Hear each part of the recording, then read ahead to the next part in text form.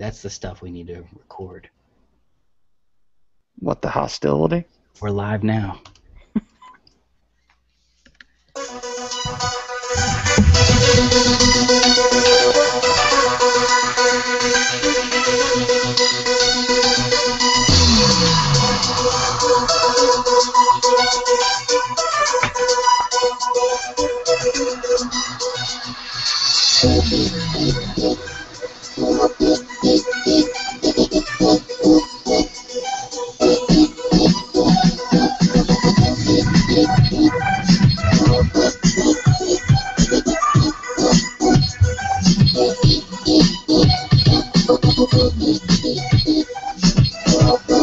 Tonight we might have a technical glitch over on Gun Channels, not too sure.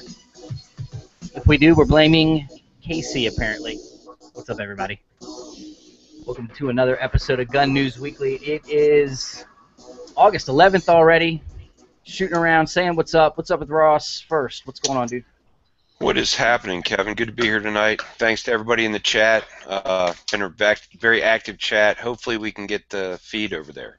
I don't know if it's happening or not, but if it's not, I went in and checked some settings. I made sure that our age restrictions settings were correct, because that was a problem in the past on another one. Schwell, what's going on? I'm kind of upset that that people can't watch it in gun channels. It kind of sucks. Is it not showing? No, it's not working. It's not refreshing. That sucks. All right, well, that means that they all have to go over to Gun News Weekly. Just tell them this one time they got to go over to Gun News Weekly's YouTube page. What's up, Eric? Not much. What's going on? You know, glitches, that kind of shit, snitches, stitches. Speaking of, what's up, Q? Yeah, you know, exactly. Stitches. Like you run your mouth, I'm going to give you some. Thanks for jumping in. What's up, Casey? Hey. What do you mean jumping in? Like I'm not a every week guest anymore. Jumping in. Being a part of it. The man with the logo. Is that like you people, Q? It's just him saying that? That's how I take it is. Thanks for jumping in. Welcome everybody else that's here all the time except for you. Thanks for jumping in. Oh, angry white guy and shit. I'll change that verbiage next time. I won't say jumping in. I'll say something very flattering. How about that next time? Yeah. Thanks to our sponsors. Thanks for everybody watching. I appreciate it. Sorry about the technical glitch. Make sure you check out HPR Ammo. That's something we're going to be doing some shooting this weekend, and I'm going to finally get some action with some of the 223 rounds. But the guys here have been carrying the Black Ops, and we're going to start circulating that amongst us as well. Couple of big stories to talk about, actually quite a few, and we're going to start at the Olympics. This is one that has not gotten enough attention, and I know some people saw it if you're in the industry or it's in your social media feed, but the first gold medal is the record-setting American girl with a gun. And it's a fantastic story about a young lady who goes to University of West Virginia, and she is her 19-year-old Ginny Thrasher. She won the 10-meter air rifle finals, one of the most mentally challenging sports in the game due to the level of competition. Apparently, a lot of people do this. But so we wanted to give her a shout-out and let everybody know that as far as the Olympic goes, yes, there are shooting events still that people compete in. And, yes, I haven't heard about anyone getting hurt or anything like that. But when it comes to gold medals, we know how hard that's got to be. Quite a commitment, and we wanted to make sure we mentioned it and talked about it. Anybody got any thoughts on that one? She's only been shooting for 5 years, so way to go, man. The people in West Virginia are not happy because they keep saying University of West Virginia, and it is West Virginia University. They're very serious about that. So they talk about the guy in the coon hat that's in the front row of all the basketball games. That guy, yeah, he's pissed. he's pissed. All right, well. That's the good story of the night. The rest of the stories are kind of all over the place. The first one is the holy shit, I can't believe I read that headline, and then I can't believe I read into the story. In Punta Gorda, Florida, there's been a horrific accident. The police, the headline is, the police thought the gun that killed the woman only had blanks. And the long story short is our condolences go out to the family of Mary Knowlton, 73, who died after being shot by a police officer during a shoot-or-don't-shoot scenario at a special chamber police night similar to the Department Citizens Police Academy.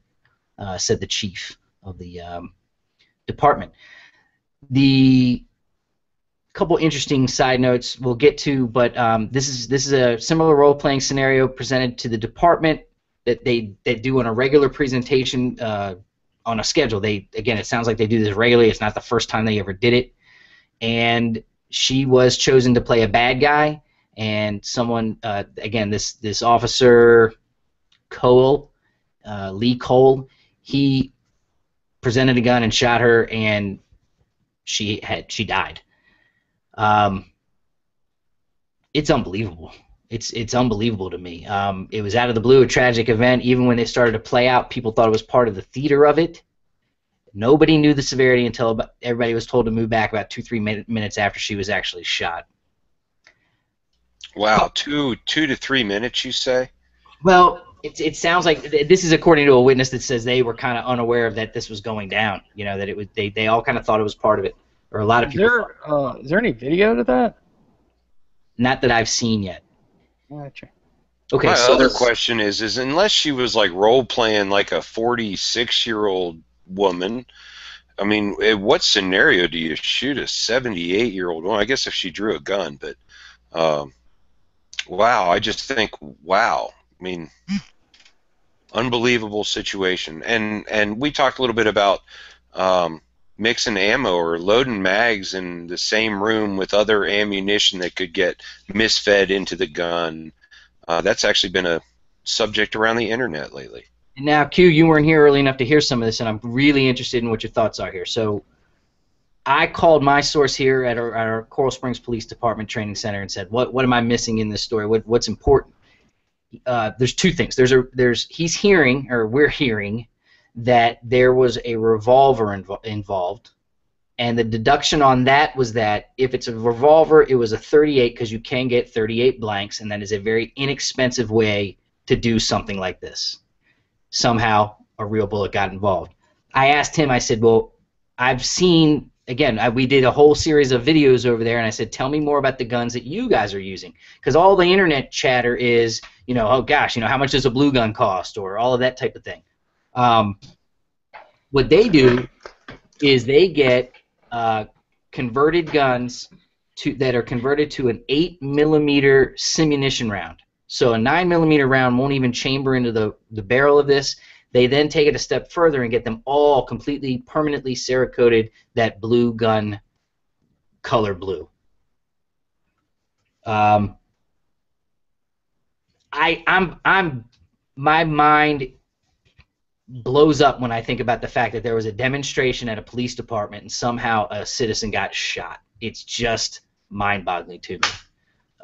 Q, do you have any thoughts on this? Have you looked into this or heard about this thing? Yeah, man, I looked into it a lot.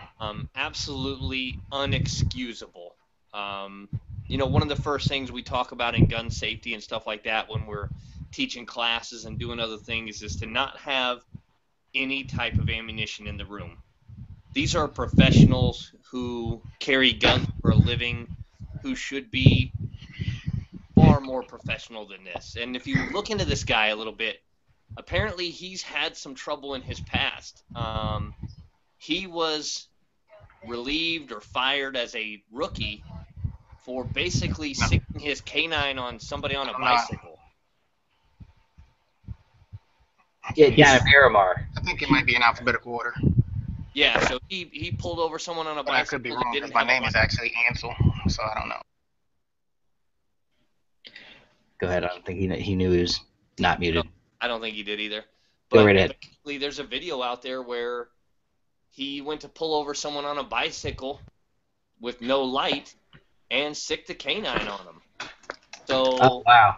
he may not have the best track record, and he may not have been in the proper state of mind to be teaching these kind of classes. What I'm interested in is, was he doing these classes or doing this demonstration because he wanted to, or as a punishment because of other things? Was this like extracurricular training for him? Kind of like do the community service because you screwed up somewhere else. Exactly. I have here that he was asked to resign from his job in Miramar after failing to successfully complete a field training program, according to CBS 4 in Miami. So yeah, crazy. I'm sure there'll be more on him. I think this goes back to what we were talking about, Eric, which is if you're ever going to do anything where any scenarios are like this in a force on force or a training scenario, you check, I check, somebody else checks, and then we check again, and then we make sure again. Everything's segregated. You know, if this was going to be a force on force where you're going to be shooting at other people, you load the day of. Everyone confirms what they have and what's in that. You know, if it's an ammo can, what's in that ammo can. I mean, there's enough. You can put enough fail safes in place where you're not accidentally loading real ammunition with simunitions. I mean, I think it also goes back to training standards.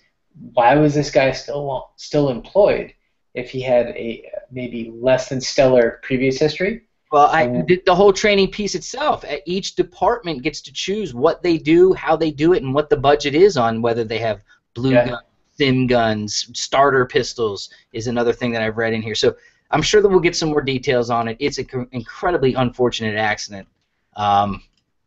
There was another accident in Cincinnati, or in Ohio, in Clermont County. Gun shop owner struck by a bullet fired accidentally during a concealed carry class. Basically, they indicted a guy, 47, Mark Montgomery, indicted on a felony reckless homicide charge. And then his daughter was assisting, who he says was assisting in the class, was indicted on a misdemeanor negligent homicide charge. It sounded like they were doing the training. Long story short, James Baker got shot in the neck by a bullet fired while the class was practicing a gun, quote, malfunction drill, unquote, officials said. The guy who shot them has not been announced. So let's see. Doing a malfunction misfires drill. She said they used plastic bullets, but somehow there was a live round in one of the guns and it went through the wall. So again, live rounds in a training situation. And obviously along the way somebody forgot to follow at least 2 of those 4 rules that everybody ought to know if you're handling firearms, right? Yeah, through the wall and into the owner's neck. Crazy. Unbelievable. Any questions or any comments in the gun channels or any of the other chats anywhere, Ross? I don't know if you're checking out the YouTube channel either. I want to make sure that I'm on top of that as well, as promised. Yeah, I'm all over on both. So. Yeah, people in gun channels are just amazed at the instructor, just shaking their heads. Yeah, it's mind-boggling. So they can watch in one window on the YouTube channel and then comment in gun channels. That we can do. Yes. Okay. Absolutely. Rock and roll. That's how. There's the quick fix. Sorry about it. I'll have to talk to G-Web, see if there's something on my end, or maybe we'll have to. We'll fix that. Major updates on YouTube today.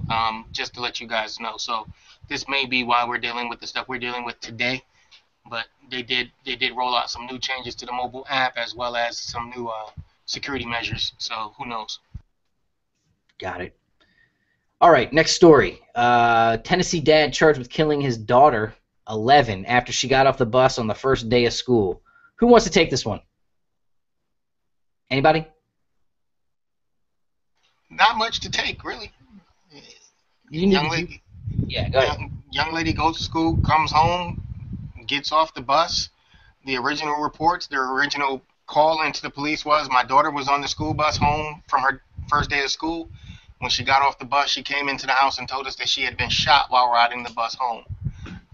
So, they immediately launch into an investigation, and that investigation leads them back to daddy shot his 11-year-old daughter. And we still have not been given any information on the motives or how it actually happened. It may have been an accident, but who knows? All we know is that he is now under arrest for the death of his 11-year-old daughter.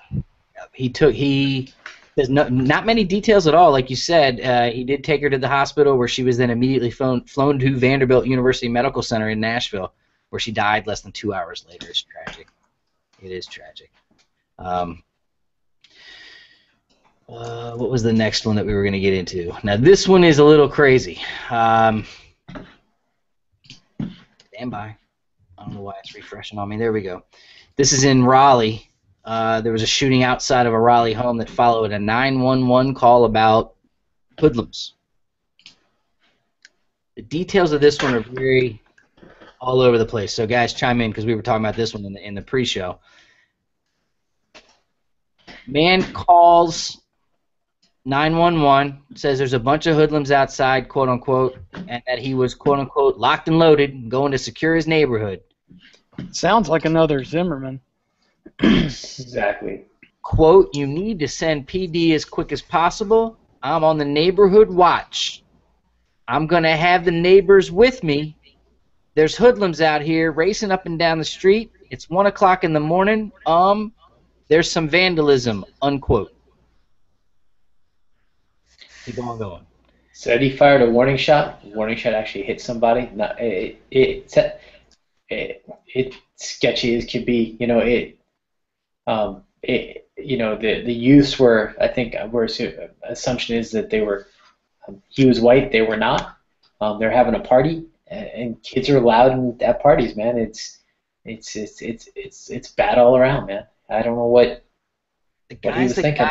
The guys that got shot and his buddy thought they saw police lights, so they ran. He had a little weed on him, quote.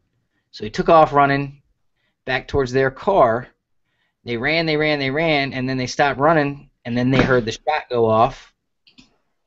They didn't know who had a gun.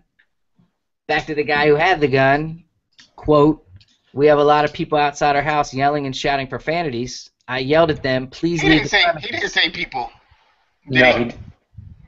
I don't think he did. In the article. What word did he use, Kevin? What word did he use? It wasn't thug. It wasn't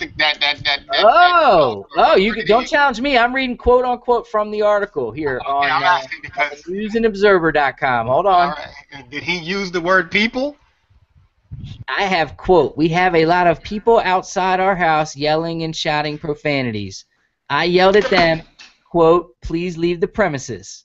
They were throwing a firearm, so I shot a warning shot, and we got somebody that got hit. I want to see the real transcript.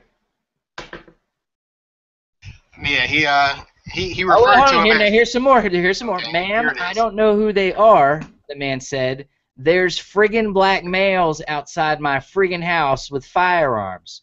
Please send PD. Then he hung up. Police said he fired at Thomas from inside the garage.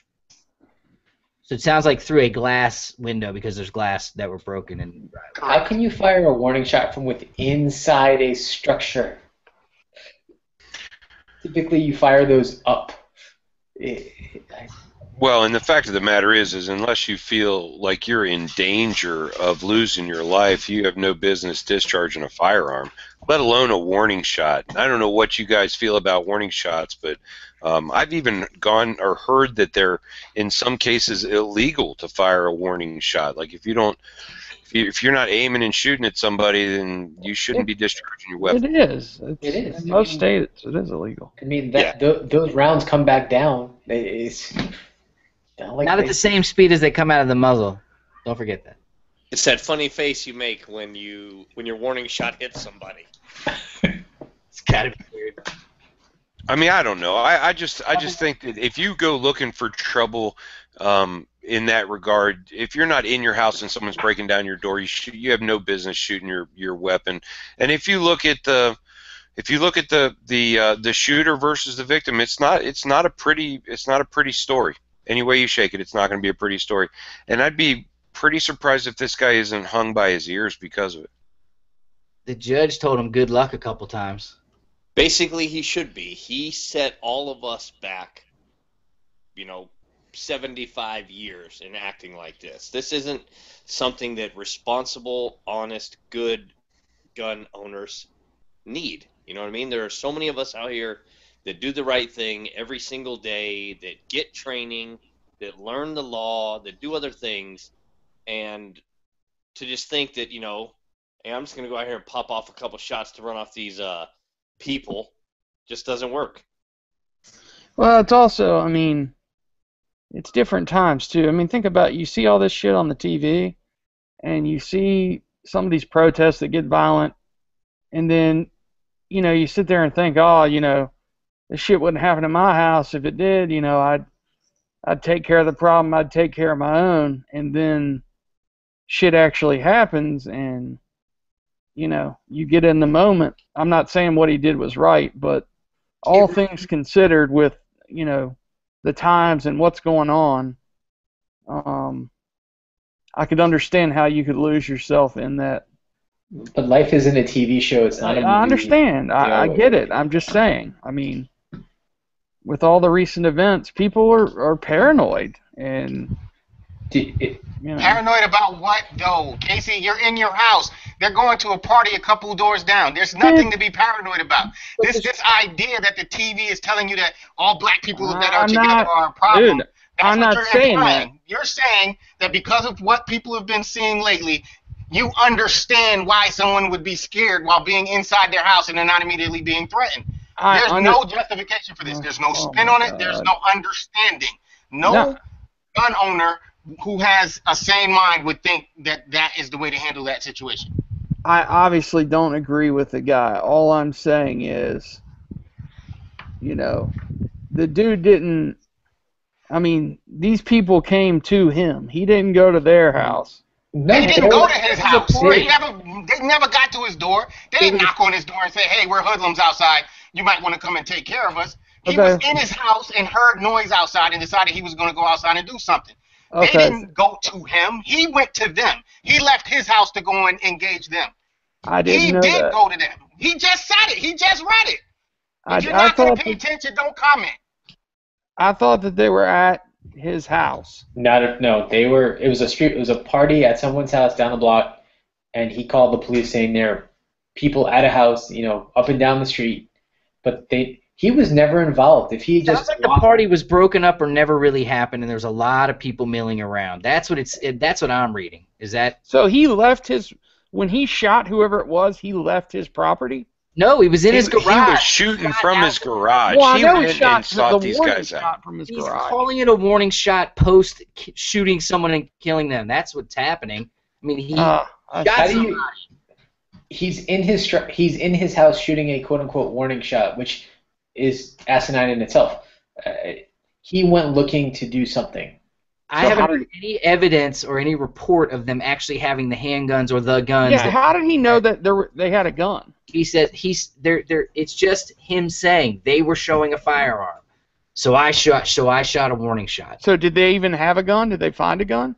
There is no back up to that on what I'm reading right here. Casey, even if they had a gun, they didn't point it at him. There's nothing. There was no direct threat. There doesn't sound like there was. I mean, you're taking this the wrong way. I'm not taking up for the guy.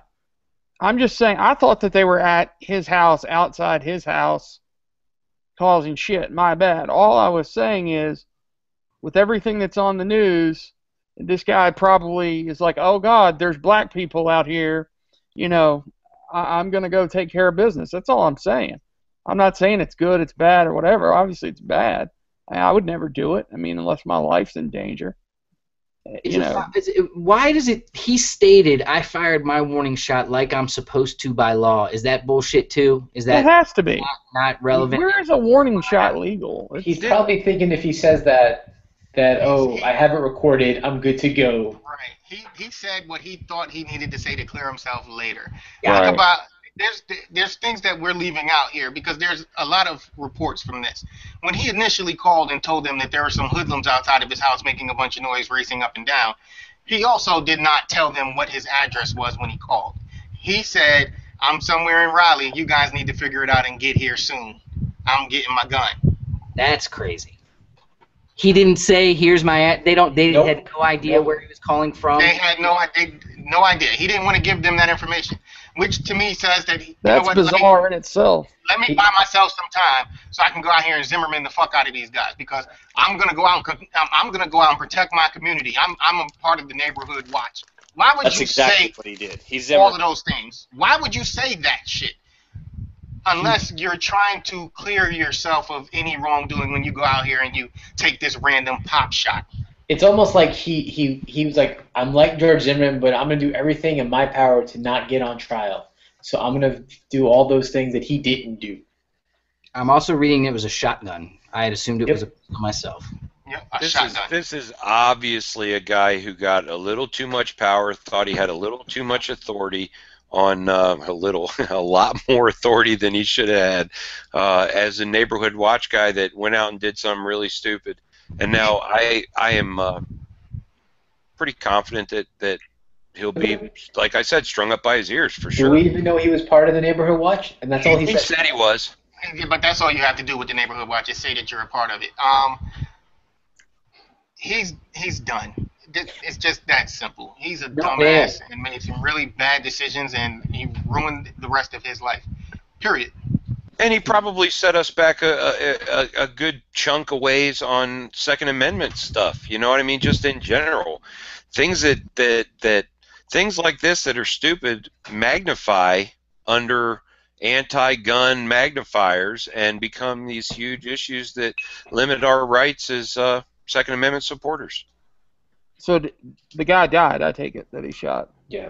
And there was only one shot. Families devastated are, again, Dude, if your warning shot shoots one of the guys that you were trying to warn, that's not a warning shot, you know?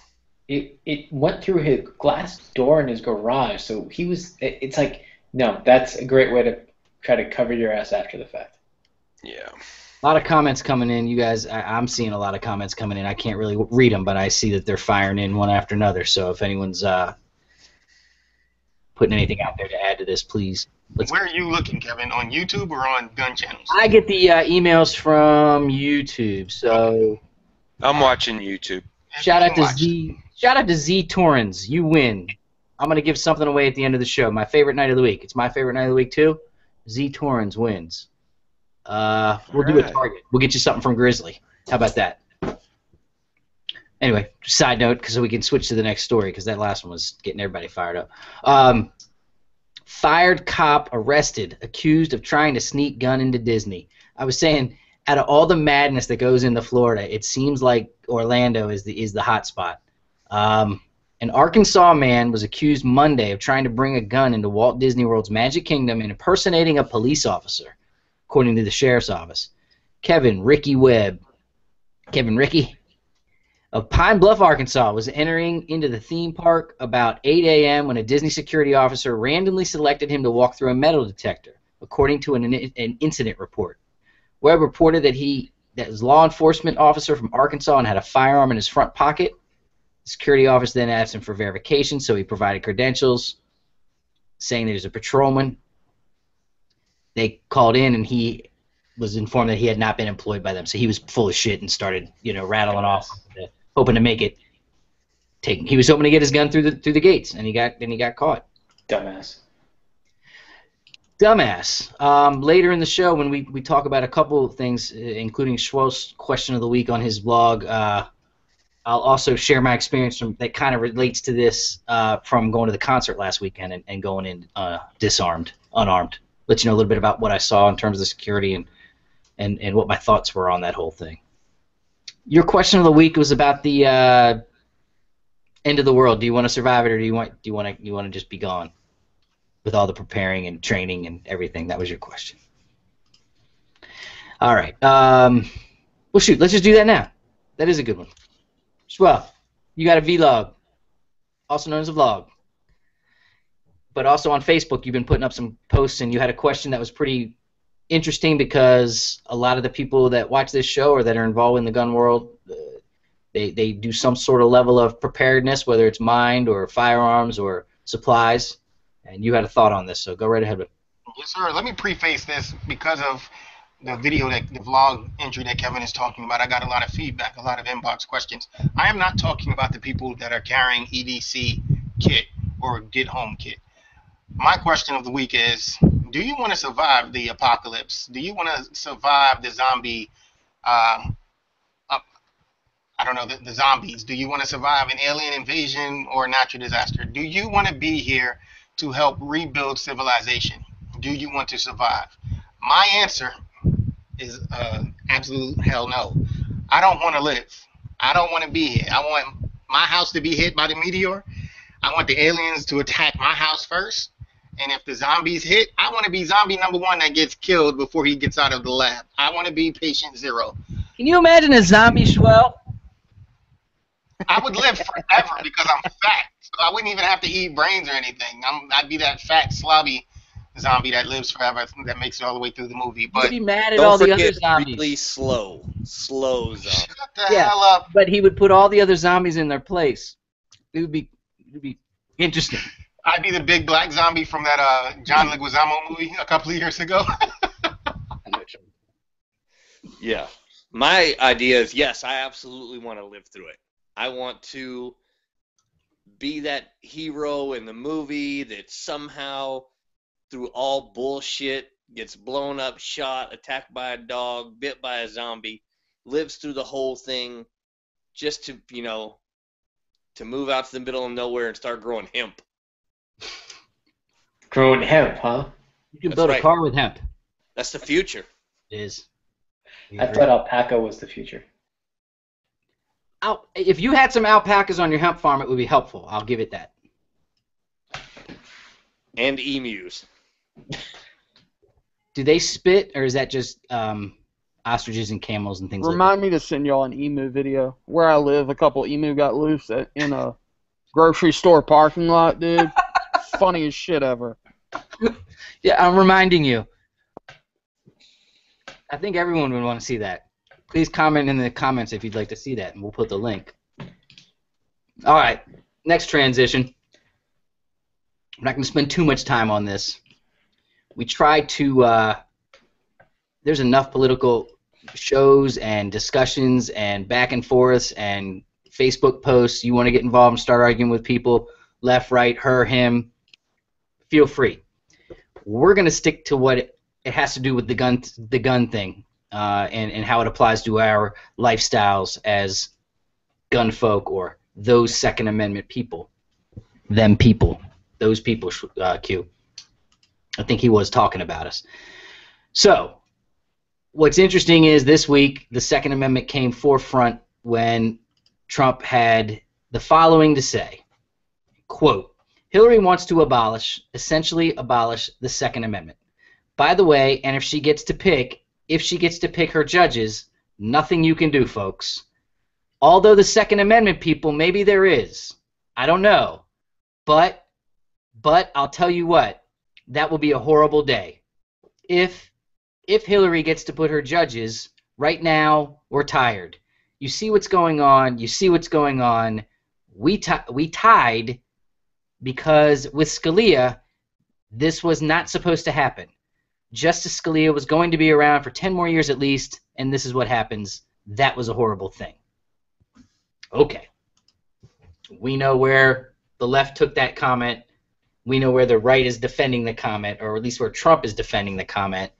He's saying it was simply stating that it's a powerful lobby, that the NRA is strong, and that those are the types of folks that unquestionably are going to get out and vote and support this thing and help him defeat Hillary. The other side is basically saying what he's saying is that those are the guys with the guns, the Second Amendment people. So my question is, for everybody, on top of anyone that wants to comment on this in general, does he tarnish us? Does he put us in now a different category, the Second Amendment people? And does the left now see us as the threat that the media is proclaiming, that he's claiming that we are?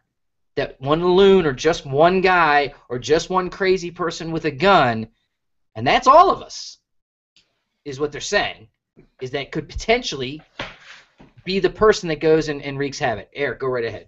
I think he does. I think he does a huge disservice to the Second Amendment community.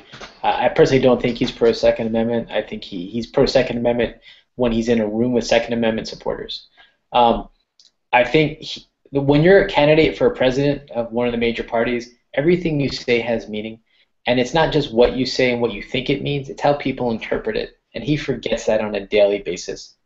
It's a huge disservice. And if he truly really meant what he said, you wouldn't have dozens of people trying to explain and walk back what he said. You wouldn't need to have people, your surrogates come out or your spokespeople come out and say, well, what he meant and his intent was. The It's power pretty of straightforward. unification. It's But yeah. just to interject just a little bit, do you not think that both candidates, regardless of how right or wrong we feel about either one of them, do you not feel that most people in society take whatever they say and spin it however they want it to spin? I think most do, but it's that person that's not quite right and how they interpret it. So I think as a candidate, you have to be extremely careful in what you say and how you say it. Okay, your candidate is not responsible for some crazy person, no matter what they say. That's a given. I am not responsible. What comes out of my mouth or anybody else's mouth has no bearing on what somebody else in their sick, twisted mind is going to do. I'm with Q. That is a politician's job, is to magnify the most minuscule and insignificant thing and blow it into something that is outrageous. We've seen it time and time again through the entire campaign. They're both incompetent boobs that should have no shot at the presidency. We all know this. Yet we make a big deal out of someone talking about the Second Amendment people. We are a select group. I don't know if you know that or not. But most people aren't as involved as this panel is in the Second Amendment. Most gun owners, I would say, are not involved. Most gun owners barely shoot or own a gun just to hunt or, sustain for their family. Politicians and this stuff we see in the media needs to be rationalized. We all need to step back, take the 30,000-foot view of what's going on, and it's clear the direction that they want you to go.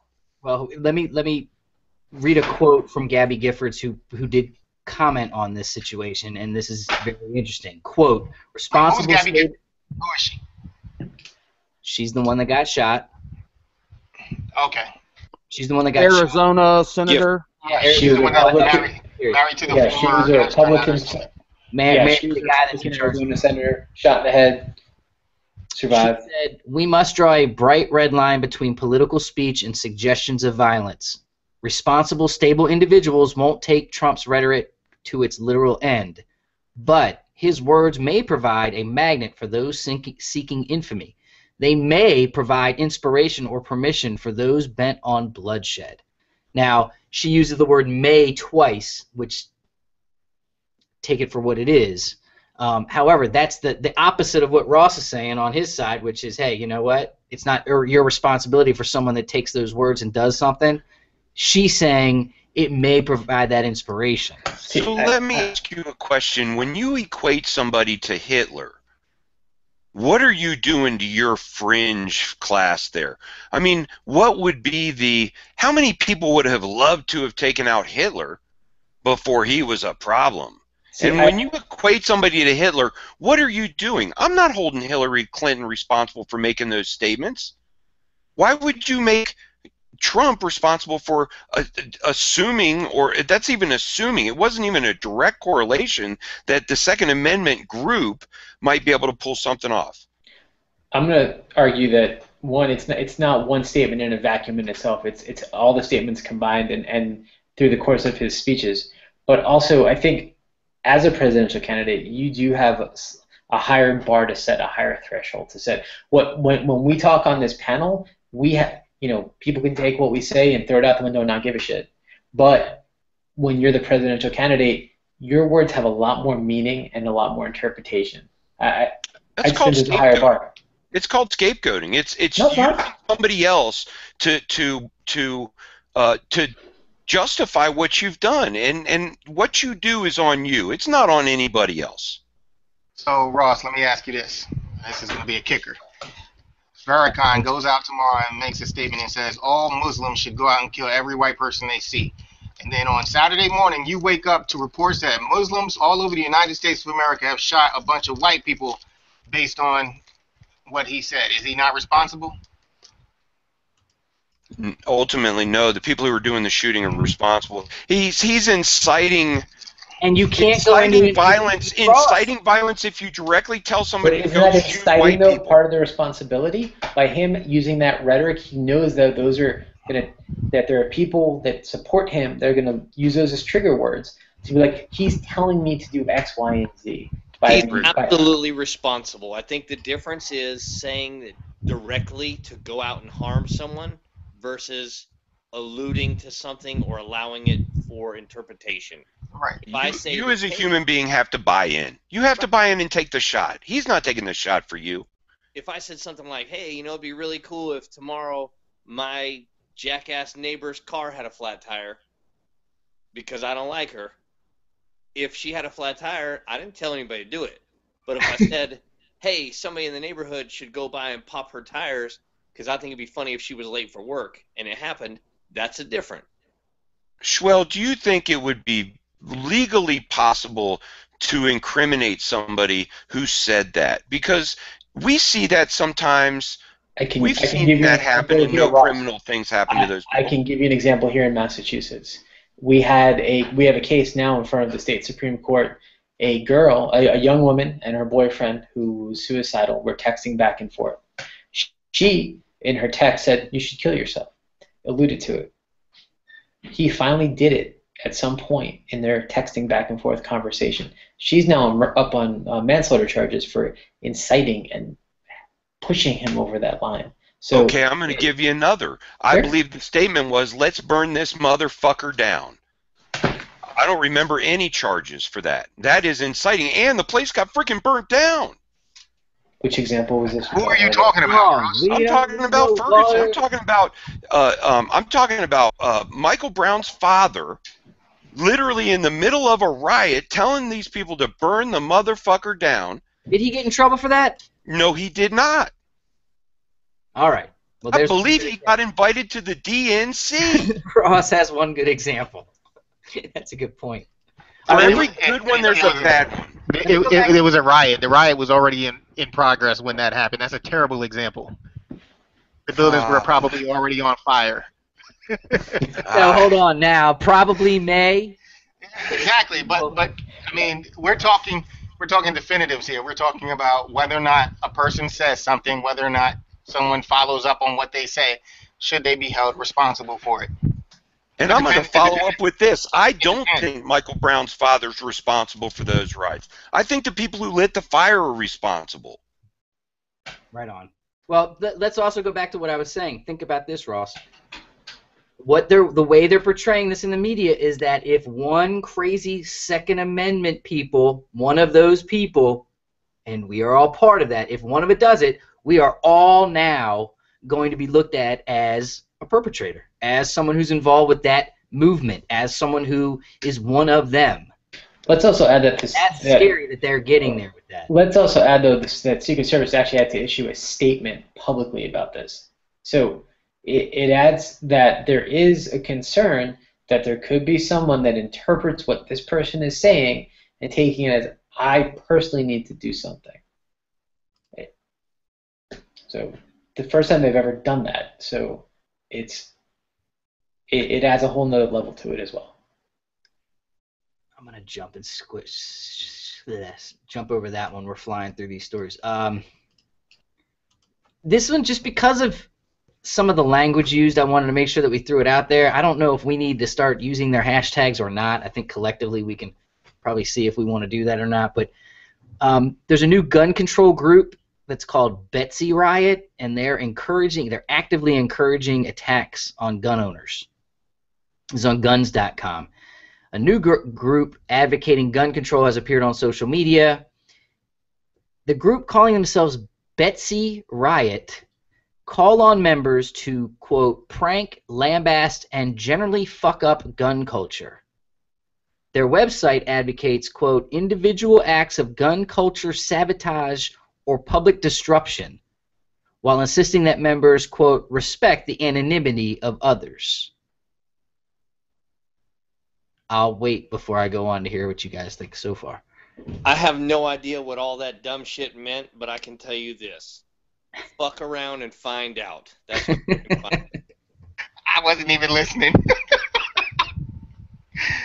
Well, they're using a couple hashtags. One is Betsy Riot. The other one is Fuck Your Guns, YER guns, and they were involved with an incident several years ago where the names and addresses of gun permit holders in the counties around New York City were published by the Journal News.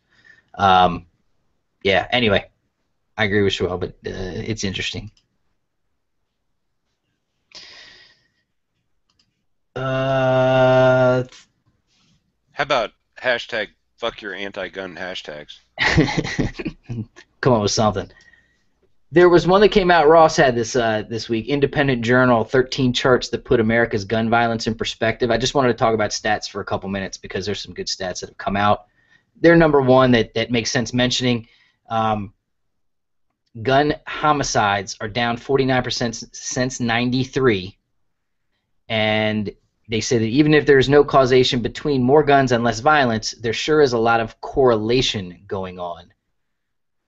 The homicide rates are down. The guns per person is way up. Wait a minute. Can we go back to Betsy? How are they going to fuck with gun owners? I don't know. Why don't you pull up their website while we're sitting here and see what you can find. What's it called? Betsy Riot? Betsy Riot. Okay, then the Washington Post reported, don't buy the hype. This was actually printed today. Don't buy the hype, : the U.S. is not experiencing a terrible new crime wave.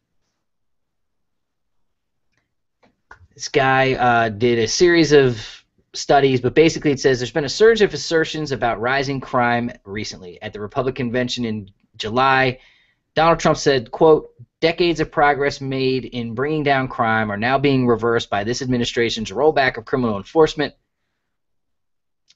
There was also a bunch of other people that said it, and then they said, after two strong conservatives let us set the record straight.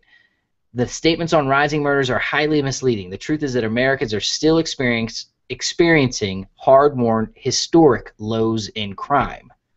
When examining statistics on crime, research evaluates several factors: overall crime, violent crime, homicide, and property crime. And basically, violent crime has fallen half from its 1991 peak to 2014. Property crime is down almost 50%. Crime overall was down 66% in major cities. I 66%. Now, hold on, Ross. We haven't talked about murders and crime in cities yet, Ross. Because I dug through those statistics, them that came out that I posted. And it looked to me like crime was up in the major cities or major cities that had high gun control had very, very high and record high murder rate with gun. Run by Democrats, right, Ross? I don't want to go that far because I didn't check all of them. They are. The major cities in the United States with the high crime rates are all run by Democrats. I don't know how that happens. I had nothing to do with that. I promise. The majority of cities are Democratic run, and you get more rural, it goes more Republican. That's how it flows. So basically, the bottom line on this report is that some cities are seeing a rise in homicides. I love how they again, don't forget, this is a liberal newspaper too.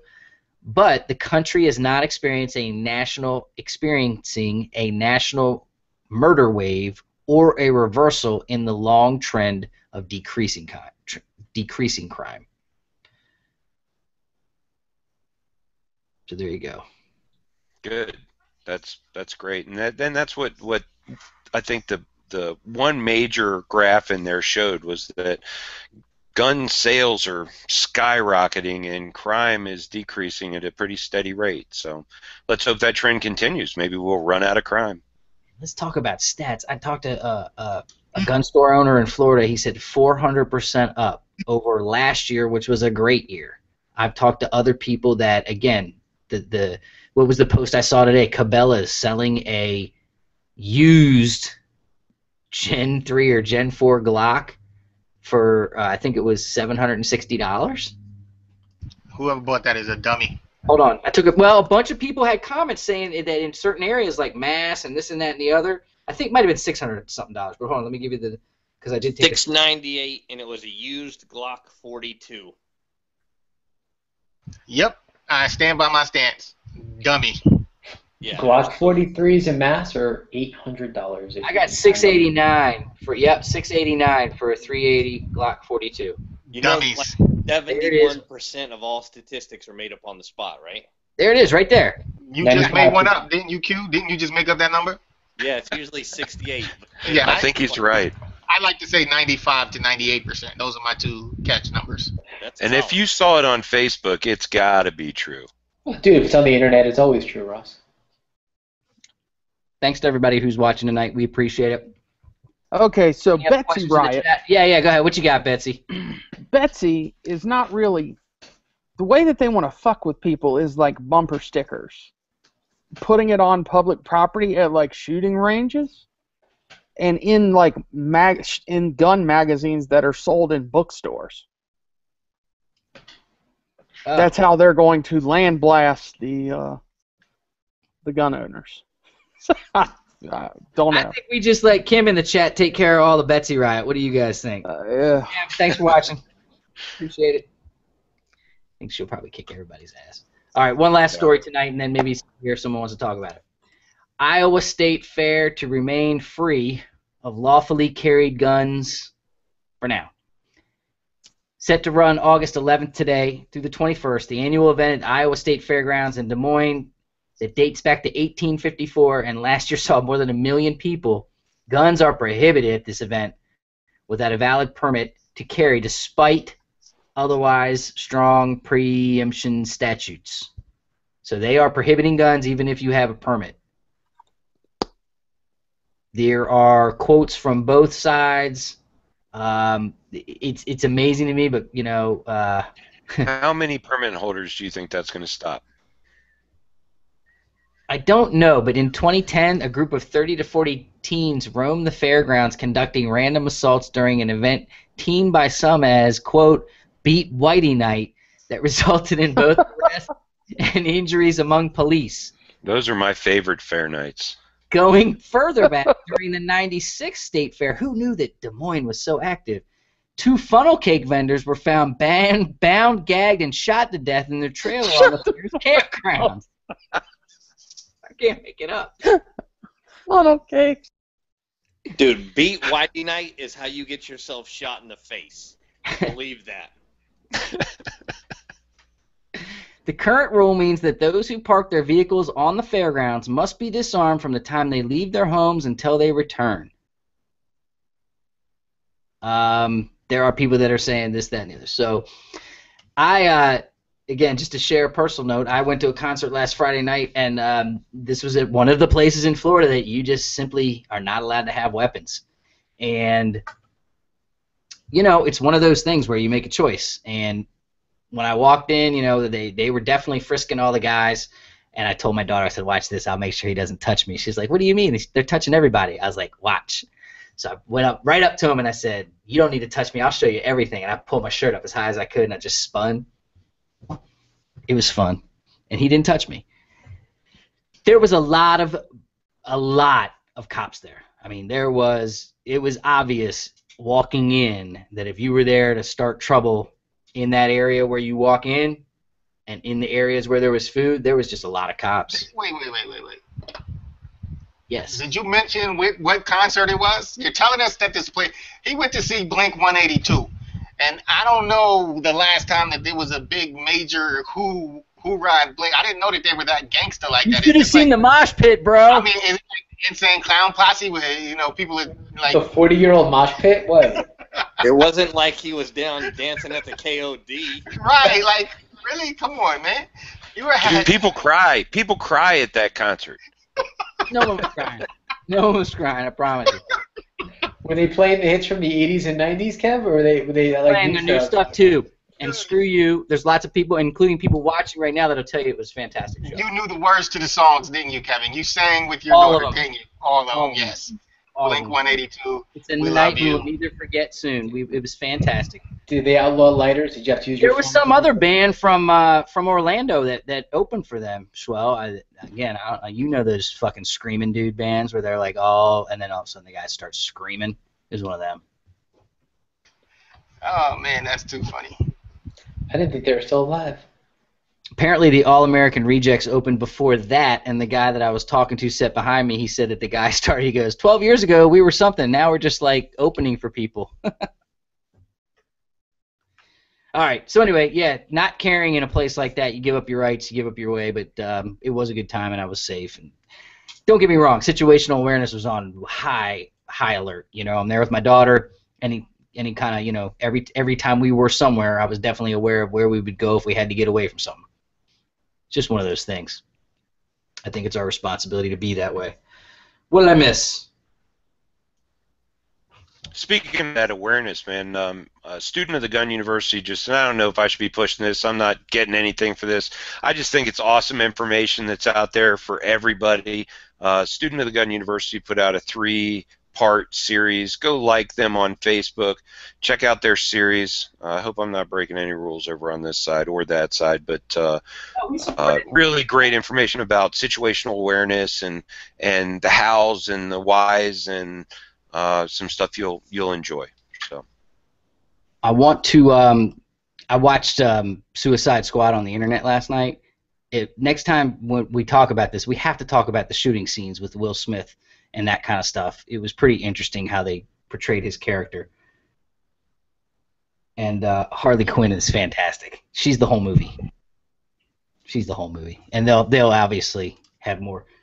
What else? Got that. We got boots on sale for $119. 2 different models. Go check them out.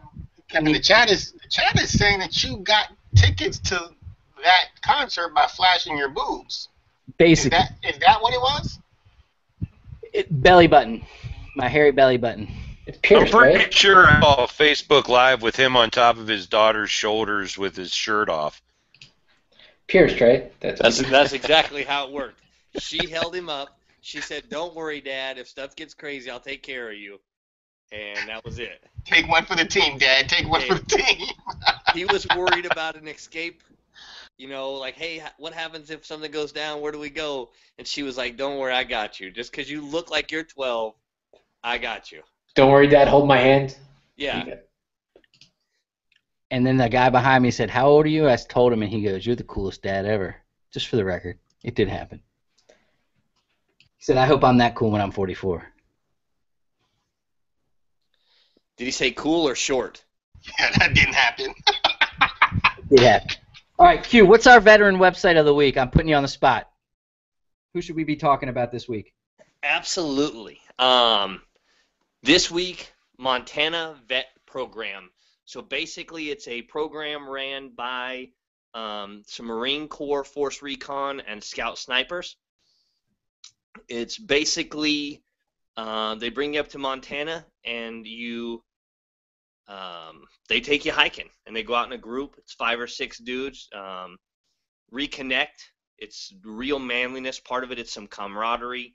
But part of their thing is called Suffer Well, and it means just kind of get back to our roots, get out there, carry some weight, see the wilderness, realize that it can hurt and you can suffer, but it's not going to kill us. So really neat program. Check it out on Facebook. If I happen to say the wrong one, check my personal Facebook. They're on there quite a bit. Right on. Appreciate it. Yeah, man. Make sure you check out L2D Combat, Key Bar, Grizzly Targets. Check out Lanzang Tactical. How's that rifle coming in, Q? I know you made I know you went and shot it. Did you make a video? No, I didn't make a video. Shot it. I went and shot it just basically because I couldn't not shoot it. Right. But there'll be some more shooting coming up soon. Got a couple videos coming out of that stuff. Both 5.56 and 308 should be good. Yep. And let's see, check out TacDaddy.com. Like I said, I got these boots on sale for $119, 2 different kinds, the T8s and the NFS. I like these. I've worn them around the house just to make sure that they were good before I take them outside. I'm really digging them because they're very lightweight. Check out everydaycarrylife.com. Check out all the guys on the panel. Check them out on Facebook, Twitter, Instagram, YouTube, gunnewsweekly.com. Thanks to Frank and everybody that has supported us along the way. And quick shout-outs and all that kind of stuff. Swell. Shout out to everybody that's helping build big3east.com, the website. We will be doing a giveaway soon. Stay tuned to that, and all you have to do is sign up for the newsletter to enter. So check that out, big3east.com. We're 2 months out, folks, until the next event, and we got a lot of new companies lined up this time, so stay tuned. Right on. Eric. Thanks for having me tonight, man. Good times. Always. I like the cock on your head. Oh. Ross. Kevin, I can't tell you how excited I am for Big 3 coming up in October, man. I'm really looking forward to that event. Looking forward to having all you guys down there in one place. That's going to be a great show night. Everybody needs to put that one on the calendar because that'll be a great show with all of us, hopefully live from one place. Shout out to everybody in the chat. Shout out to all you guys that are watching that aren't in the chat. A buddy of mine, Sam, out there, very active in the Facebook chat with me. Appreciate your words, man. Awesome. That's great. Casey. Yo. Thanks for jumping in. Shout out to my homie D Corzo. What's up? What's the Big Mike? What is it? Big Mike and the what's the Dirty Mike and the Dirty. Boys. There you go. There you go. Shout out to Dirty Mike. Q, thanks again, bro. Yeah, man. Glad I could stop in. Hey, we're gonna see you next week as always. As always. Right on, dude. Appreciate it. Make sure you check us out on YouTube, like I said, and we appreciate you tuning in. Please share this with your friends, and make sure you subscribe to the Gun News Weekly channel on YouTube. You get a chance to win T-shirts and holsters and targets and all that fun stuff. Until next week, thanks again. Peace. We're out. Dudes get shot every day.